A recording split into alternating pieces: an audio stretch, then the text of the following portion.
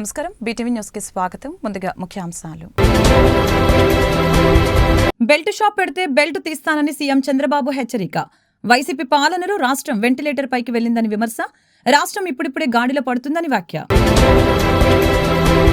తెలుగువారు ప్రపంచవ్యాప్తంగా ఉండటానికి సీఎం చంద్రబాబు ముఖ్య కారణమన్న డిప్యూటీ సీఎం పవన్. రాష్ట్ర భవిష్యత్తు పట్ల విశ్వాసాన్ని తీసుకువచ్చిన చంద్రబాబుకి ధన్యవాదాలు తెలిపిన ఉప ముఖ్యమంత్రి. ఏపీ అసెంబ్లీలో ప్రశ్నోత్తరాల గందరగోళం. అధికారుల నిర్లక్ష్యమే దానికి కారణమంటూ స్పీకర్ అయ్యన్న పాత్రుడు ఆగ్రహం.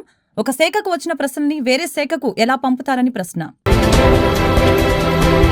టిడ్కోలో గత ప్రభుత్వం లబ్ధిదారులకి 25,000 తిరిగిస్తామని గొప్పలు చెప్పిందని మంత్రి పయ్యావుల కేశవ్ విమర్శ. ఇళ్ల లబ్ధిదారులకి గత ప్రభుత్వం బకాయిల జాబితా పెరుగుతూనే పోయిందని వ్యాఖ్య. రాష్ట్రంలోని డబ్బును వైకాపా ప్రభుత్వం కాజేసిందని పయ్యావుల కేశవ్ ఆరోపణ. బెల్ట్ షాప్ పెడితే బెల్ట్ తీస్తామని సీఎం చంద్రబాబు నాయుడు తెలిపారు. మాస్ వార్నింగ్ ఇచ్చారు. వైసీపీ పాలనలో రాష్ట్రం వెంటిలేటర్ పైకి వెళ్లిందని విమర్శించారు. రాష్ట్రం ఇప్పుడిప్పుడే గాడిలో పడుతుందని వ్యాఖ్యానించారు. మద్యం అమ్మకాలు పారదర్శకంగా ఉండాలని ఏపీ ముఖ్యమంత్రి చంద్రబాబు తెలిపారు. కేవలం వైన్ షాపుల ద్వారా మాత్రమే అమ్మకాలు జరగాలని చెప్పారు. రాష్ట్రంలో ఎవరైనా క్రైమ్ కి పాల్పడితే తాట తీస్తానని హెచ్చరించారు. అసెంబ్లీలో మాట్లాడుతూ ఆయన ఈ వ్యాఖ్యలు చేశారు. 4 దశాబ్దాలుగా ప్రజలు తనను ఆదరించారని, ఎక్కువసార్లు ప్రజలు తనను సీఎం చేశారని చెప్పారు. గత వైసీపీ ప్రభుత్వంలో తనను ఎన్నో ఇబ్బందులకి గురి చేశారని, జైలుకు కూడా పంపించారని చెప్పారు. అధికారం ఉన్నా లేకున్నా తాను ప్రజల కోసమే పనిచేశానని చెప్పారు. వైసీపీ పాలనలో రాష్ట్రం వెంటిలేటర్ పైకి వెళ్లిందని అన్నారు. కీలక సమయంలో ప్రజలు తమకు ఘన విజయం అందించారని చెప్పారు. కేంద్రం అన్ని విధాలుగా సాయం చేస్తుందని అన్నారు. రాష్ట్రం ఇప్పుడిప్పుడే గాడిలో పడుతుందని చెప్పారు. తెలుగువారు ప్రపంచవ్యాప్తంగా ఉండటానికి సీఎం చంద్రబాబు ముఖ్య కారణమని డిప్యూటీ సీఎం పవన్ కళ్యాణ్ తెలిపారు. రాష్ట్ర భవిష్యత్తు పట్ల విశ్వాసాన్ని తీసుకువచ్చిన చంద్రబాబుకి ధన్యవాదాలు తెలిపారు. శాసనసభ సమావేశాల్లో డిప్యూటీ సీఎం పవన్ కళ్యాణ్ మాట్లాడుతూ అక్రమ కేసులతో జైల్లో పెట్టి చంద్రబాబుని ఇబ్బంది పెట్టారు. గత ప్రభుత్వం ఆర్థిక వ్యవస్థని నిర్వీర్యం చేసింది. అన్ని రంగాల్లో రాష్ట్రాన్ని వైకాపా ప్రభుత్వం వెనక్కి తీసుకువెళ్లింది. వాళ్ళ వరుస దోపిడీలు, అరాచకాలను చూసే ప్రజలు మనకు మద్దతు పలికారు. రాష్ట్ర భవిష్యత్తు పట్ల విశ్వాసాన్ని తీసుకువచ్చిన చంద్రబాబుకి ధన్యవాదాలు. 150 రోజుల కూటమి ప్రభుత్వ పాలనతో సంతృప్తి చెందాం. ఏపీ సంపూర్ణ అభివృద్ధి దిశగా వెళ్తుందని మనస్ఫూర్తిగా విశ్వసిస్తున్నానని పవన్ కళ్యాణ్ తెలిపారు. గుంతలు, శిథిలమైపోయిన రోడ్లు, విచ్చలవిడిగా పెరిగిపోయిన గంజాయి వనాలు, ఇసుక దోపిడీలు, రివర్స్ టెండరింగ్లు, నిర్వీర్యం అయిపోయిన పంచాయతీలు, ఆరోగ్యశ్రీకి ఇవ్వని డబ్బులు,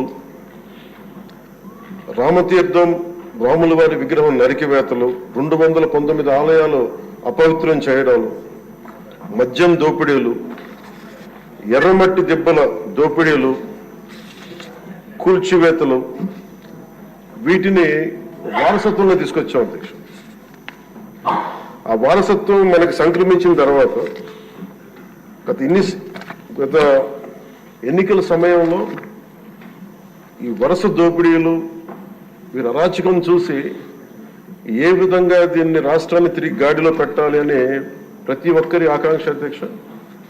ఆ సమయంలో 3 సార్లు ముఖ్యమంత్రిగా చేసి ఈ రోజున భారతదేశంలో తెలుగువారు, భారతీయులు ఎక్కడున్నా సరే దాంట్లో దాదాపు సగం వంతు తెలుగువారే ఉండటానికి ముఖ్య కారకులు.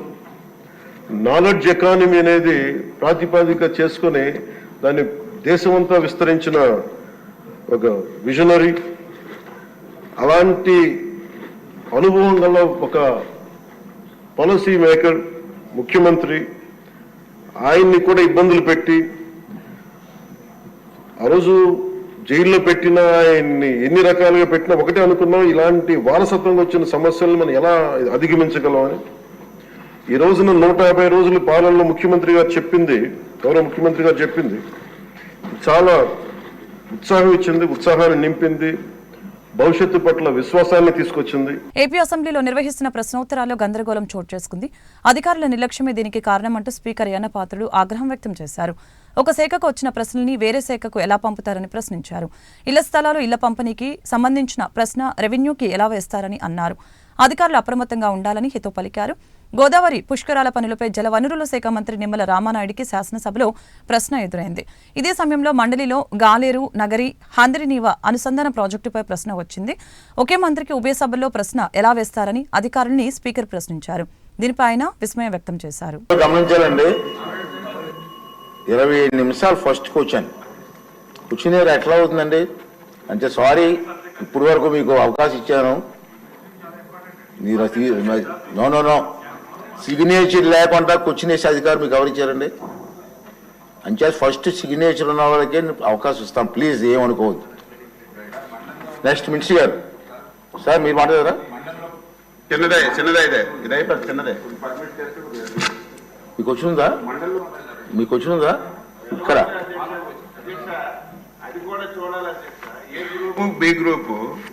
ఏ గ్రూప్ లో ఉన్న వాళ్ళకి బి గ్రూప్ లో అవి రిపీట్ అవ్వకూడదు. ఎందుకు వచ్చిందో అది లక్ష్మీనాయుడు గారు, మన అసెంబ్లీలో వచ్చిన క్వశ్చన్ కౌన్సిల్ రాకూడదు. ఈవేళ అధ్యక్ష సెకండ్ డే రావాలి. ఈవేళ రామానాయుడు గారి గ్రూపు కౌన్సిల్ లో ఉండాలి. ఇక్కడ ఎలా వచ్చింది క్వశ్చన్ అంటున్నాను. కొంచెం సెక్రటరీ గారు చూసుకోవాలి. సెక్రటరీ గారు కాదు, అన్ని కూడా స్పీకర్ గారు సెక్రటరీ మీద మాట్లాడతారు. ఒక్క నిమిషం కూర్చొని చెప్తాను, చదువుతా. అసెంబ్లీ పంపిన ప్రశ్నలు కొన్ని శాఖల అధికారులు నోటీస్ పాయింట్ అనాలోచితంగా వేరే శాఖలకు వాళ్ళే పంపించుకుంటున్నారు. ఈ రోజు కూడా వచ్చింది ప్రాబ్లం. రెవెన్యూ దాంట్లో ఉదాహరణకి ఈరోజు 142 నెంబర్ ప్రశ్న గృహ నిర్మాణ శాఖ పంపిన అధికారులు దాన్ని రెవెన్యూ శాఖ పంపించారు. ఎట్లా పంపిస్తారండి? టిడ్కోలో గత ప్రభుత్వం లబ్ధిదారులకు 25,000 రూపాయలు తిరిగిస్తామని గొప్పలు చెప్పిందని మంత్రి పయ్యావుల కేశవ్ విమర్శించారు. శాసన మండలిలో ప్రశ్నోత్తరాల సమయంలో ఆయన మాట్లాడారు. ఇళ్ల లబ్ధిదారులకి గత ప్రభుత్వం బకాయిలు జాబితా పెరుగుతూనే పోయిందని చెప్పారు. లెక్కాపక్కా లేకుండా తమకు అనువైన బిల్లులే పేర్కొంటూ వచ్చాయని అన్నారు. రాష్ట్రంలోని డబ్బును మళ్లించారని, రాబోయే 25 ఏళ్ల ఆదాయాన్ని ఒకేసారి వైకాపా ప్రభుత్వం కాజేసిందని పయ్యావుల కేశవ్ మండిపడ్డారు. కడప స్టీల్ ప్లాంట్ అంటే కొబ్బరికాయలు కొట్టే ప్రాజెక్టుగా మారిపోయిందని ఏపీసీసీ చీఫ్ షర్మిల మండిపడ్డారు. రాష్ట్రంలో అధికారం మారిన ప్రతిసారి నూతన ముఖ్యమంత్రి టెంకాయ కొట్టడం ఆనవాయితీగా వస్తుందని ఆమె ఆగ్రహం వ్యక్తం చేశారు. తనపై వైఎస్ విజయలక్ష్మిపై సోషల్ మీడియాలో పోస్టులు పెట్టిన వారిని అరెస్టు చేయాలని షర్మిల డిమాండ్ చేశారు. సోషల్ మీడియాలో అసభ్యకర పోస్టులు పెడుతూ వేధింపులకి గురి చేసే వారిని కఠినంగా శిక్షించాలని ఏపీసీసీ చీఫ్ వైఎస్ షర్మిలారెడ్డి అన్నారు. వైఎస్ వివేకానందరెడ్డి కుమార్తె సునీత, వైఎస్ విజయలక్ష్మి తనపైన సోషల్ మీడియాలో పోస్టులు పెట్టించిన కడప ఎంపీ అవినాష్ రెడ్డిని తక్షణమే అరెస్టు చేయాలని షర్మిల డిమాండ్ చేశారు. తమ అందరిపై అవినాష్ రెడ్డి పోస్టులు పెట్టించారని పోలీసులు నిర్ధారణకి వచ్చారని, అలాంటప్పుడు అతన్ని ఎందుకు విచారించడం లేదు అని ప్రశ్నించారు. ఈ సందర్భంగా ఆమె వినూత్న నిరసన చేపట్టారు. కడప స్టీల్ ప్లాంట్ అంటే కొబ్బరికాయలు కొట్టే ప్రాజెక్టు అంటూ కొబ్బరికాయలతో కలెక్టరేట్ ఎదుట నిరసనకు దిగారు. ఫ్యాక్టరీ శంకుస్థాపనల ఫ్యాక్టరీగా మిగిలిపోయింది. చెల్లి పెళ్లి చేయాలి మళ్ళీ అన్నట్టు కడప స్టీల్ ఫ్యాక్టరీకి శంకుస్థాపనలు చేయాలి మళ్ళీ లాగా తయారైంది. ఈరోజు టెంకాయలు కొట్టే ప్రాజెక్టుగా కడప స్టీల్ ఫ్యాక్టరీ గత పాలకులు తయారు చేశారు. ఇది ఎక్కడి న్యాయమని అడుగుతున్నాం. ఈ ప్రాజెక్టు టేక్ ఆఫే కాదా? ఇది కేవలం శంకుస్థాపనలు చేయడానికి మాత్రమే ఈ ప్రాజెక్టు పేరును వాడుకుంటున్నారు నాయకులు. టెంకాయలు కొట్టడానికి మాత్రమే ఈ ప్రాజెక్టును వాడుకుంటున్నారు. మేము సింబాలిక్గా టెంకాయలు కొడితేనన్నా మీరు కొట్టిన టెంకాయలు గుర్తొస్తాయి, మీరు చేసిన శంకుస్థాపనలు గుర్తొస్తాయి అని ఈరోజు కాంగ్రెస్ పార్టీ. వాలంటరీ వ్యవస్థ లేదనటం దారుణమని మాజీ మంత్రి బొత్స సత్యనారాయణ అన్నారు. వాలంటీర్ల వ్యవస్థ మనుగడలో లేదని మంత్రి బాల వీరాంజనేయ స్వామి తెలుపగా, వాలంటీర్ల రెన్యువల్ జీవోని కూటమి ప్రభుత్వం ఇవ్వచ్చు కదా అని బొత్స సత్యనారాయణ వ్యాఖ్యానించారు. వాలంటీర్లను ఈ ప్రభుత్వం మోసం చేసిందని వైసీపీ ఎమ్మెల్యే రామసుబ్బారెడ్డి తెలిపారు.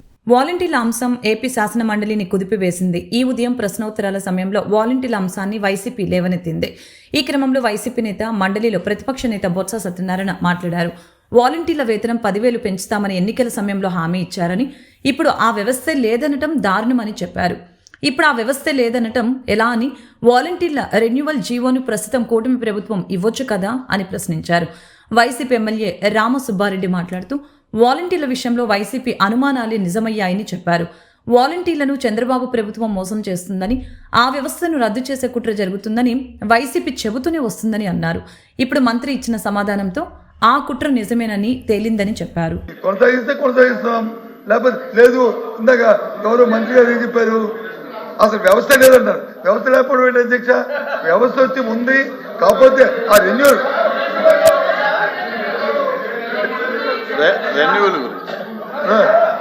లోకేష్ గారు ఇంకా సమయం ఉంది, ఇంకా చాలా తెలుసుకోవాలి. తొందర ఎందుకు?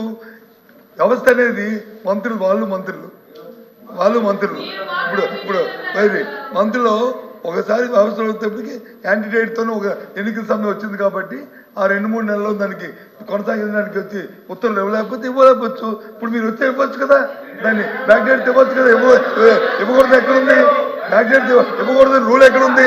చట్టం మన చేత కదా, దాన్ని చేయొచ్చు కదా. నేను అంతకు వెళ్ళలేదు, డైరెక్ట్ గా కొనసాగిస్తారా లేదా, కొనసాగించి ఏపీలో వాలంటీర్ల కథ ముగిసిందనే చెప్పుకోవాలి. రాష్ట్రంలో వాలంటీర్ వ్యవస్థ మనుగడలు లేదని మంత్రి డోలా బాలవీరాంజనేయ స్వామి స్పష్టం చేశారు. గత వైసీపీ ప్రభుత్వం వాలంటీర్ల వ్యవస్థని రెన్యువల్ చేయలేదని ఆయన తెలిపారు. గత ప్రభుత్వ నిర్వాకం వలన ఆ వ్యవస్థ కనుమరుగైందని అన్నారు. ఎన్నికల సమయంలో వాలంటీర్లకు ఇచ్చిన హామీలను అమలు చేసేందుకు తమ ప్రభుత్వం ప్రయత్నించిందని బాలవీరాంజనేయ స్వామి తెలిపారు. కానీ లేని వాలంటీర్లకు జీతాలు ఎలా ఇవ్వాలని ప్రశ్నించారు. వాలంటీర్లు విధుల్లో ఉంటే వారిని కొనసాగించే వాళ్ళమని చెప్పారు. 2023 ఆగస్టు నుంచి వాలంటీర్ వ్యవస్థ ఉనికిలో లేదని తెలియజేశారు. ప్రస్తుతం రాష్ట్రంలో వాలంటీర్లు లేరని అన్నారు.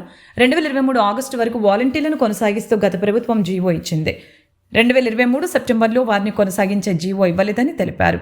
వారిని కొనసాగిస్తున్నట్లు జీవో ఇచ్చి ఉంటే వారి జీతాలను కూడా పెంచేవాళ్ళమని చెప్పారు. అయితే వాలంటీర్ల వ్యవస్థపై తమకు విశ్వాసం ఉందని ఆయన చెప్పడం గమనార్హం. శాసన మండలిలో ప్రశ్నోత్తరాల సమయంలో వాలంటీర్ల గురించి సభ్యులు అడిగిన ప్రశ్నలకి సమాధానమిస్తూ ఆయన ఈ మేరకు స్పష్టతనిచ్చారు. సీనియర్ అండి, వారికి ముందు నేను చెప్పాను, మళ్ళీ అది అడిగారు, కొనసాగిస్తారు లేదన్నారు. మేము కొనసాగిస్తామని మేము చెప్పిన మాట వాస్తవం అధ్యక్ష. లేని పిల్లోడికి ఏం పేరు పెట్టారు, లేని పిల్లోడికి ఏం పెడతారు? వ్యవస్థ అంటావా? వ్యవస్థ ఉంది, కానీ మీరు జీవో ఎందుకు ఇవ్వలేదు? మీకు వాళ్ళ మీద ప్రేమ ఉంటే 2023 సెప్టెంబర్ మీరు ఎందుకు జీవో ఇవ్వలేదు? మీరు ఇచ్చిన జీవోలు పాతలో మీరు చూసుకుంటే ఒకసారి అధ్యక్ష, వాళ్ళు అధ్యక్ష 39/20 ఒక జీవో ఇచ్చారు అధ్యక్ష. 31/3/22 ఒక జీవో ఇచ్చారు అధ్యక్ష. తర్వాత 29/9/22 జీవో ఇచ్చారు అధ్యక్ష. 29/9/22 జీవో ఇస్తూ 15/8/22 నుంచి 14/8/23 వరకు వాళ్ళది కొనసాగిస్తూ జీవో ఇచ్చారు అధ్యక్ష. మళ్ళీ 23 వాళ్ళు ఎందుకు 2023 సంవత్సరం ఎందుకు జీవో ఇవ్వలేకపోయారు? అంటే వాళ్ళ ప్రభుత్వం నుంచి దిగిపోతామని తెలిసే ఆ జీవో ఇవ్వలేదు అధ్యక్ష. వాళ్ళు చేసే తప్పులకు ఉండరని చెప్పి జీవో ఇవ్వలేదు. ఈ రోజు మమ్మల్ని బ్లేమ్ చేయడం కోసం వాళ్ళు ఇది వాడుతున్నారు అధ్యక్ష. మేము కొనసాగిస్తా ఉన్నాం, మీరు జీవో ఇచ్చుంటే మేము కొనసాగించే వాళ్ళం. ఇక్కడ ప్రశ్న ఉత్పన్నం కాలేదు అధ్యక్ష. కొనసాగించే మేము జీతాలు పెంచుతా ఉన్నాం అధ్యక్ష. నేను చెప్పింది అధ్యక్ష, వాళ్ళు అడిగిన ప్రశ్న సమాధానాలు ఇచ్చారు అధ్యక్ష. లేని బిడ్డకి పేరు పెట్టమని, లేని బిడ్డకి ఏదో చేయమని అడిగినట్టుగా ఉంది అధ్యక్ష. వ్యవస్థలో వాళ్ళు ఉన్నారు, కానీ 2023 ఆగస్టు నుంచి వాళ్ళని రెన్యువల్ చేయలేదు. చేయలేని వాళ్ళకి ఒక ఫేక్ ముఖ్యమంత్రి, ఫేక్ కేబినెట్, ఫేక్ గా వాళ్ళకి రాజీనామాలు, ఫేక్ డ్రామాలు. ఈ రోజు ఏపీ ఐఏసీ కాలనీలో ఇళ్ల పరిస్థితి చాలా అధ్వానంగా ఉందని, వర్షం వస్తే 3 అడుగుల లోతు నీరు నిలిచి ఇబ్బందులు పడుతున్నారని ఎంపీ కేశినేని శివనాథ్ తెలిపారు. ఈ సమస్యని పరిష్కరించేందుకు ప్రత్యేక ప్రణాళికలు సిద్ధం చేస్తున్నామని చెప్పారు. విజయవాడ తూర్పు నియోజకవర్గం 4వ డివిజన్ ఏపీ ఐఏసీ కాలనీలో MP Kesineni Sivanath, MLA Gadde Rammohan, AP IAC chairman Mantena Ramaraju పర్యటించారు. ఎంఐజీ, ఎల్ఐజీ, ఈడబ్ల్యూఎస్ సెక్టార్స్లోని సెట్ బ్యాక్ సమస్యని స్వయంగా పరిశీలించడం జరిగింది. అనంతరం వారు మాట్లాడారు. వర్షం పడినప్పుడు స్థానిక ప్రజలు పడుతున్న ఇబ్బందులకి పరిష్కారం చూపేందుకు కృషి చేస్తామని అన్నారు. నీరు నిల్వకుండా ఉండేందుకు ప్రత్యేక ప్రణాళికలు సిద్ధం చేస్తున్నట్లు తెలిపారు. కార్యక్రమంలో 4వ డివిజన్ కార్పొరేటర్ జాస్తి సాంసరావు, కార్పొరేటర్ ముమ్మనేని ప్రసాద్ మరియు టీడీపీ నేతలు పాల్గొన్నారు.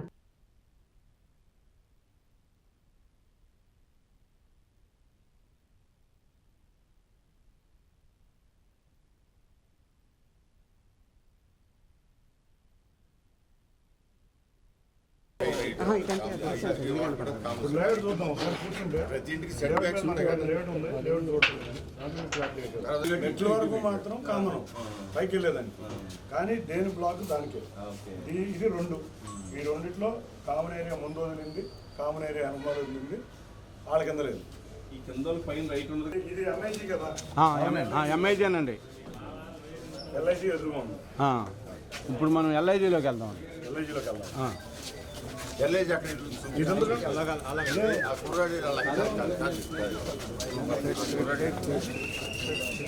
బాగా అర్థం అవుతుంది. వెనక సెట్ బ్యాక్ అండి, ఇల్లు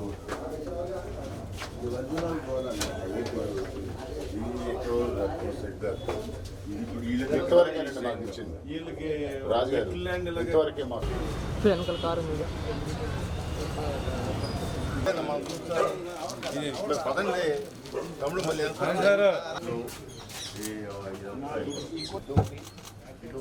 వెనకవైపు ఉంది,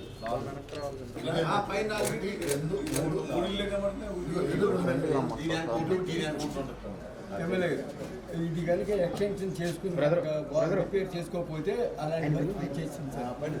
పడిపోవడానికి సిద్ధంగా వచ్చింది దాన్ని ఉన్నదాన్ని అతను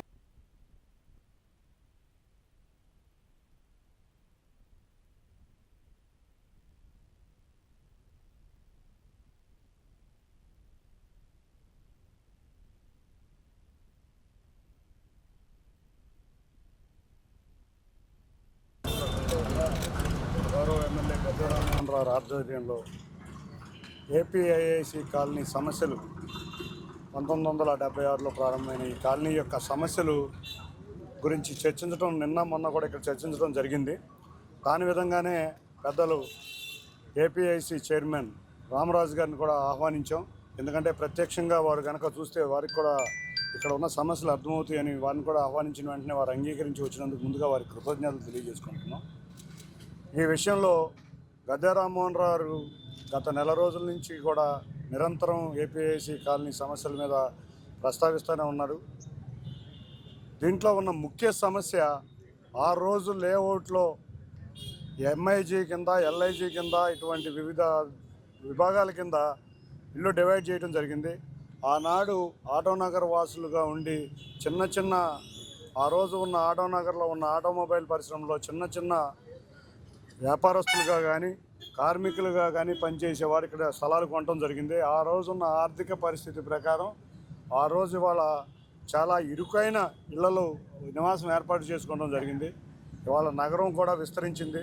ముఖ్యంగా ఎక్కడింటిలో కూడా కామన్ ఏరియా అనేది ఏపీఐఐసి కింద కానీ లేకపోతే ఓనర్లందరి కింద కామన్ ఏరియా కింద ఉంది. ఇక్కడ చక్కటి పార్కు సదుపాయం ఇటువంటివి కూడా ఉన్నాయి. కామన్ ఫెసిలిటీ ఏరియా కూడా ఉంది. కామన్ ఫెసిలిటీ ఏరియా మళ్ళీ దాన్ని బాగు చేయటం, అంతేకాకుండా కామన్ ఏరియా వాళ్ళు ఉన్న ఇంటి వాసులకి ఉపయోగపడే విధంగా తయారు చేయాలని మా అందరి కోరిక. దానికే మేము అందరం కూడా కాలనీ వాసులు అందరూ కూడా కలిసి ఇవాళ రామరాజు గారిని ఆహ్వానించి వారికి చూపించడం జరిగింది. తప్పకుండా ఈ సమస్య మనకు తెలియదు. నారా చంద్రబాబు నాయుడు గారు గౌరవ ముఖ్యమంత్రిలోనూ ఆ రోజున అవగాహన ప్రకారం ఇళ్ళన్నీ కూడా నిర్మాణం చేయడం జరిగింది. 3 విభాగాలుగా లోయర్ ఇన్కము, మిడిల్ ఇన్కము, బాగా పూర్ అని చెప్పి 3 విభాగాలుగా విభజించారు. ఆ రోజు రిజిస్ట్రేషన్ విధానంలో కొంత కేశవచంద్ర రామావతి చిత్రం ఒక ట్రైబల్ స్టోరీ అని, లంబాడీల జీవిత శైలి, భావమరతల ప్రేమ కథ, తండ్రి కొడుకుల మధ్య పందం ఈ చిత్రంలో కనిపిస్తాయని హీరో జబర్దస్త్ రాకేష్ తెలిపారు. నవంబర్ 22న కేసీఆర్ చిత్రం విడుదల కానుందని, చిత్రాన్ని వీక్షించి తమను ఆదరించాలని రాకేష్ కోరారు. విజయవాడలో కేసీఆర్ చిత్ర బృందం సందడి చేసింది. కేశవచంద్ర రామావతి చిత్రం నవంబర్ 22న విడుదల కానున్న నేపథ్యంలో చిత్ర ప్రమోషన్లో భాగంగా పిన్నమనేని పాలిక్లినిక్ రోడ్లోని మయూరి తెలుగు రుచులు హోటల్లో చిత్ర యూనిట్ విలేకరుల సమావేశం ఏర్పాటు చేశారు. ఈ చిత్ర ప్రమోషన్లో హీరో జబర్దస్త్ రాకేష్ సతీమణి నటి సుజాతతో కలిసి పాల్గొన్నారు. ఈ సందర్భంగా రాకేష్ మాట్లాడుతూ తమ చిత్రానికి ఆంధ్రలో ఉన్న ఆదరణ తెలంగాణలో లేదని చెప్పారు. ఆంధ్ర ప్రజల్ని చూసి తెలంగాణ వారు బుద్ధి తెచ్చుకోవాలని అన్నారు. లంబాడీల జీవిత శైలి, భావమరదల ప్రేమ కథ, తండ్రి కొడుకుల మధ్య బంధాన్ని చిత్రంలో చూపించామని, కేసీఆర్ చిత్రం నిర్మాణానికి ఆస్తులన్నీ అమ్ముకున్నానని అన్నారు. తెలంగాణలోని ఓ ప్రాంతంలో జరిగిన రియల్ స్టోరీ ఇది అని, నటి రోజా తనకు తల్లి లాంటిదని, ఆమె ప్రోత్సాహం వల్లనే చిత్రం ఇక్కడి దాకా వచ్చిందని తెలియజేశారు. తనకే రాజకీయ నాయకుల, దర్శక నిర్మాతల అండదండలు లేవని, పూర్తిగా తన కష్టం మీద తాను చిత్రాన్ని నిర్మించానని చెప్పారు. అనంతరం నటి సుజాత మాట్లాడుతూ రాకేష్ చాలా కష్టపడి చిత్రాన్ని నిర్మించారని, ఆంధ్ర తెలంగాణ ప్రేక్షకులు చిత్రాన్ని వీక్షించి ఆదరించాలని కోరారు. చాలా ఆనందం. నా సినిమా మొదలు పెట్టినప్పటి నుంచి ఈ రోజు వరకు ఇక్కడ ఇంద్రకీలాద్రి అమ్మవారి దర్శనం వరకు కూడా అంతా బ్రహ్మాండంగా దిగ్విజయంగా, ఎటువంటి ఆటంకాలు లేకుండా, ఏ నెగిటివ్ సెన్స్ కూడా నా దగ్గరికి రాకుండా అమ్మవారు నన్ను చాలా చక్కగా అంటే తన బిడ్డలాగా పరిరక్షించాడు. సో ఎందుకో మనసులో అనిపించింది. వెంటనే తను కూడా ఒక 11 రోజుల క్రిందటే భవానీమాల వేయటం జరిగింది. ఈరోజు ఇక్కడ అమ్మవారి ఆశీస్సులకి రేపు జరగబోయేటువంటి ఒక పెద్ద యుద్ధమే అని చెప్పాలి.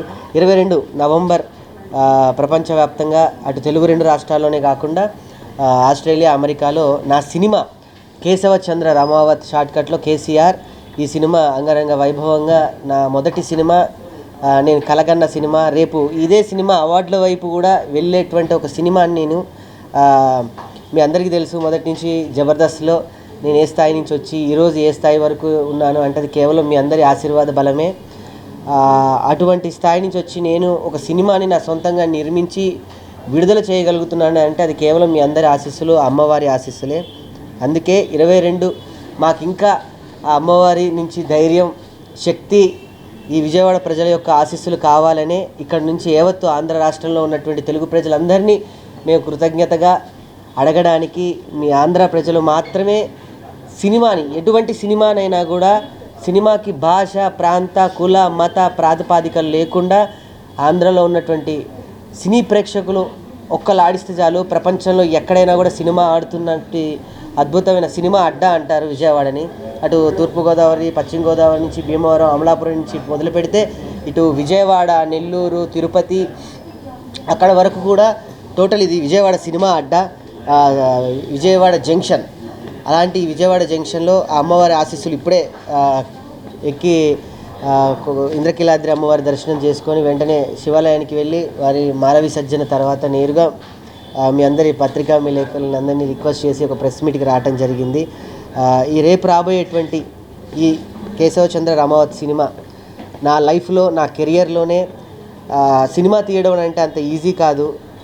మామూలుగా ఒక సినిమాలో నటించడం, లేదా ఒక కథ రాసుకోవడం, లేదా ఇంకొక రకమైనటువంటి స్టెప్ వేయడం. కానీ కథ రాసుకొని ఒక ఓన్ బ్యానర్ పెట్టుకొని నిర్మించి దాన్ని ఎంత కష్టమో మీ అందరికీ తెలుసు. అన్నం ఒక దగ్గర నుంచి తెచ్చుకుంటే ఓకే, కూర ఒక దగ్గర నుంచి తెచ్చుకుంటే ఓకే, కానీ మన ఇంట్లోనే మన అమ్మ ఒక కూర ఉండి, ఒక అన్నం ఉండి, ఒక చారు ఉండి, ఒక పప్పు వండితేనే ఎంత శ్రమ కూడినట్టు. అలాంటిది కొన్ని వందల మంది కార్మికుల్ని నా కోసం పనిచేశారు. ఇది నా యొక్క శ్రమ కాదు. ఈ సినిమా నా వెనుకున్నటువంటి ఒక పెద్ద సైన్యం ఈ సినిమాకి ముందుబడి నడిపించారు. నాకు ఒక పాజిటివ్ వైబ్రేషన్ ఉంటుంది. ఏంటంటే ఫస్ట్ టైం విజయవాడకు వచ్చినప్పుడు నా కెరియర్ స్టార్టింగ్ టైంలో వచ్చినాను. కెరియర్ మంచిగా అవుతుంది, కెరియర్ మంచిగా రన్ అవుతున్న టైంలో మళ్ళీ వచ్చినాను. ఇంత అద్భుతాన్ని లగ్గం చేసుకున్నా. మళ్ళీ ఇప్పుడు సినిమా రిలీజ్కి ముందు వచ్చినాను. సినిమా కూడా మంచి సక్సెస్ అవుతుంది, మంచి విజయం సాధిస్తుంది అని చెప్పి మనస్ఫూర్తిగా అనుకుంటున్నాను. అమ్మవారి ఆశీస్సులు ఎప్పుడు మా మీద అట్లనే ఉంటాయి. అండ్ ఇక్కడున్న విజయవాడ పబ్లిక్ అందరి బ్లెస్సింగ్స్ కూడా మా మీద అట్లనే ఉంటాయని నేను అనుకుంటున్నా. ఎప్పుడు ధమాక్లో కూడా రాకపోతుండే మాలేసుకోవాలి, అమ్మవారి దీక్ష తీసుకోవాలి అని చెప్పి. సినిమా తీయడం అనేది అంత చిన్న విషయం కాదు. దాని సినిమా తీసినా కూడా రిలీజ్ చేయడం అనేది అంత చిన్న విషయం కాదు అని చెప్పి సినిమా తీసిన తర్వాత అర్థమైంది. మాకున్న శక్తి సరిపోదు, ఇంకా ఏదో మాకు పాజిటివ్ వైబ్రేషన్ కావాలి అని చెప్పి లైఫ్లో ఫస్ట్ టైం అమ్మవారి దీక్ష తీసుకున్నా 11 రోజులు. అది కూడా కనకదుర్గమ్మ దగ్గరికి పోతేనే నేను అనుకున్నది జరుగుతుంది అనే ఒక పాజిటివ్ వైబ్రేషన్తో ఉండే. ఇవాళ 11 రోజులు అయిపోయింది కాబట్టి అమ్మవారి దగ్గర మాల విసర్జన చేసి మీ అందరినీ కలవడం కూడా చాలా సంతోషంగా ఉన్నది.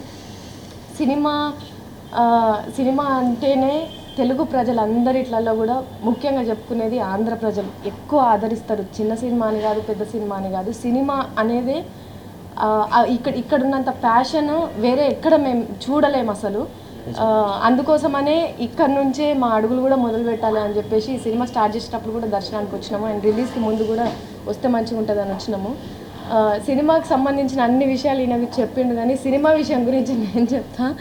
ఎందుకంటే ఇది అందరు అనుకున్నట్టు ఒక పార్టీకి సంబంధించిన సినిమా కాదు, ఒక ప్రాంతానికి సంబంధించిన సినిమా కాదు, ఒక వర్గానికి సంబంధించిన సినిమా కాదు. ఇది మట్టికి సంబంధించిన సినిమా. ఎందుకంటే ఈ మధ్యకాలంలో చిన్న చిన్న సినిమాలను, మట్టి వాసన ఉన్న సినిమాలను తెలుగు ప్రజలందరూ కూడా ఎంత ఆదరిస్తున్నారో ఒక బలగం లాంటి సినిమానే నిదర్శనం. అట్లాంటి సినిమాలు చాలా అంటే చాలా వస్తున్నాయి ఈ మధ్యకాలంలో. మన సినిమా కూడా ఒక బంజారాకు సంబంధించిన సినిమా. బంజారాలో పుట్టిన ఒక భావమర్దల లవ్ స్టోరీ ఉంటుంది, ఒక కుటుంబానికి సంబంధించిన ప్రేమలు ఉంటాయి, ఒక ఊరుకు సంబంధించిన అనురాగం ఉంటుంది. ఊరిని వదిలిపెట్టిపోతుంటే ఎంత బాధ ఉంటుంది, ఎట్లుంటుంది అనేది. జనవరి 5వ తేదీన నిర్వహించనున్న హైందవ శంకారావం బహిరంగ సభను జయప్రదం చేయాలని విశ్వ హిందూ పరిషత్ అంతర్జాతీయ సంయుక్త కార్యదర్శి కోటేశ్వర శర్మ పిలుపునిచ్చారు. హిందూ ధర్మాన్ని కాపాడటానికి హిందువులు ఏకం కావాలని, సభను విజయవంతం చేయాలని కోరారు. విజయవాడ సత్యనారాయణపురంలోని విశ్వ హిందూ పరిషత్ కార్యాలయంలో సంయుక్త కార్యదర్శి కోటేశ్వర శర్మ మీడియాతో మాట్లాడారు. జనవరి 5 నుంచి జరగనున్న సభకి సంబంధించిన పోస్టర్ని ఆవిష్కరించారు. అనంతరం కోటేశ్వర శర్మ మీడియాతో మాట్లాడారు. అలాగని హిందూ సమాజానికి దేవాలయాల ప్రధాన కేంద్రాలని చెప్పారు. పూర్వం ఆంగ్లేయులు రాజకీయ లబ్ధి కోసం దేవాలయాలలో రాజకీయాలు ప్రవేశపెట్టారని, ఆనాటి నుంచి నేటి వరకు అదే పద్ధతి ఆలయాల్లో కొనసాగుతుందని చెప్పారు. హిందూ దేవాలయాలలో జరిగే అవకతవకలు, యావత్ హిందువులు ఎదుర్కొనే సమస్యలు అన్ని కూడా ఈ సభలో చర్చిస్తామని చెప్పారు. హిందూ సంస్కృతికి దేవాలయము కేంద్రం. యుగ యుగాలుగా భక్తి ప్రపత్తులతోటి భగవత్ తత్వాన్ని ఆరాధించుకోవడానికి హిందూ సమాజం దేవాలయ వ్యవస్థను రూపొందించుకుంది. భగవంతుని దేవాలయంలో ప్రతిష్ఠ చేసి తమ యొక్క ఈతి బాధలు, కష్టాలు, ఇబ్బందులు, భౌతికమైనటువంటి సమృద్ధవంతమైన జీవనాన్ని పొందడం కోసం అని చెప్పి ఆరాధించుకుంటూ ఆధ్యాత్మికమైనటువంటి పారలౌకికమైనటువంటి ఆనందాన్ని, సుఖాన్ని పొందడానికి భగవంతుడిని ఆరాధించుకుంటూ ఈ సమాజము యుగ యుగాలుగా శక్తివంతంగాను, సమర్థవంతంగాను, సమృద్ధి కలిగినటువంటిదిగాను రూపొందడానికి కారణమైనటువంటిది దేవాలయాలు. విదేశీ పరిపాలకుల యొక్క సమయంలో ఈ దేవాలయాల యొక్క ఆదాయాన్ని తమ యొక్క రాజకీయ ప్రయోజనాల కోసం ఉపయోగించుకునేటువంటిది ప్రారంభమైంది. బ్రిటిష్ వారి కాలంలో మొట్టమొదటిసారిగా దేవాలయ వ్యవస్థను తమ చెప్పు చేతుల్లో ఉంచుకోవడానికి చట్టాలను రూపొందించడం ప్రారంభించారు. ప్రభుత్వం మరియు ప్రజలకి వారధుల అఖిల భారత మానవ హక్కుల సంఘం ఎన్టీఆర్ జిల్లా అధ్యక్షురాలు వీరంకి రజని తెలిపారు. ఏకొండూరు మండలం కృష్ణారావుపాలెంలో నివసిస్తున్న మొండితోక బూదిమక్కు చెందిన 20 సెంట్ల స్థలాన్ని స్థానికులు ఆక్రమించుకుంటే పోలీస్ స్టేషన్ ఫిర్యాదు చేసినప్పటికీ చర్యలు తీసుకోలేదని అన్నారు. గ్రామ అధ్యక్షురాలు కూడా దళిత మహిళ స్థలాన్ని ఆక్రమించుకున్న వారికి మద్దతు పలుకుతున్నారని ఆవేదన వ్యక్తం చేశారు. బాధిత మహిళ తాము పోరాటం చేస్తామని స్పష్టం చేశారు.